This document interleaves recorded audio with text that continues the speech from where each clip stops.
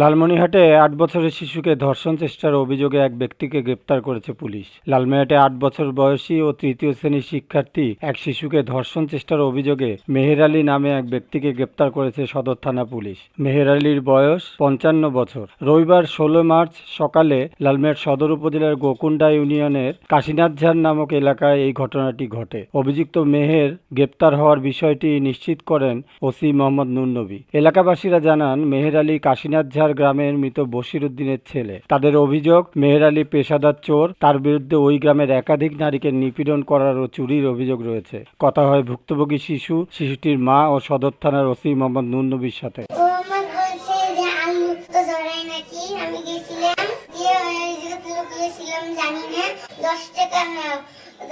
আমার হাত টানি ধরছে, আমার ফাটাল করে নিয়ে ধরছিল।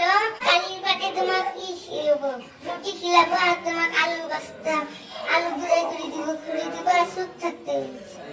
আমার বাচ্চা সকালবেলা গেছে আলু খেতে, যাওয়ার পর ওই রকম করে 10 টাকা বলে দেয়, হাত ধরছে, ধরে 10 টাকা নেই, 10 টাকা নেই বলে এলাম, তখন বলে জোর করে হাত শিখে ধরে শিখিস না, আর আলু ব্যাগ বোঝাই করে দেবে শিখিস না, হাত শিখে ধরে পাইতেল কোলে করে নিয়ে যাওয়া যাচ্ছে। ও চিৎকার করে হাতে খামচি দিয়ে ওই আমার বাড়ির পাশে আলু খেতে ছিল, সে আলু খেতে যায় এক প্রতিবেশী মহিলা জড়াই ধরছে। পরে ঠান্ডা কাটি করে রাস্তা পার করে দিচ্ছে। পরে মেয়ে এসে বাড়ির কান্দাছে, পরে আমরা যাই বেটারে ধরছি।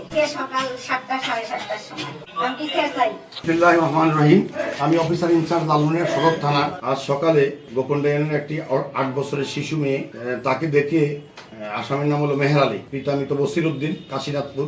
সে এই মেয়েটাকে প্রলোভন দেখায় বলে যে তাকে বলছে তোকে কিছু আলু দিব, আলু তুলতে যা, আলু তুলতে যায়। তখন তামাক ক্ষেত্রে মধ্যখান দিয়ে যখন মেয়েটা আলু তুলতে যাচ্ছে, সেখানে তার আলু নাই।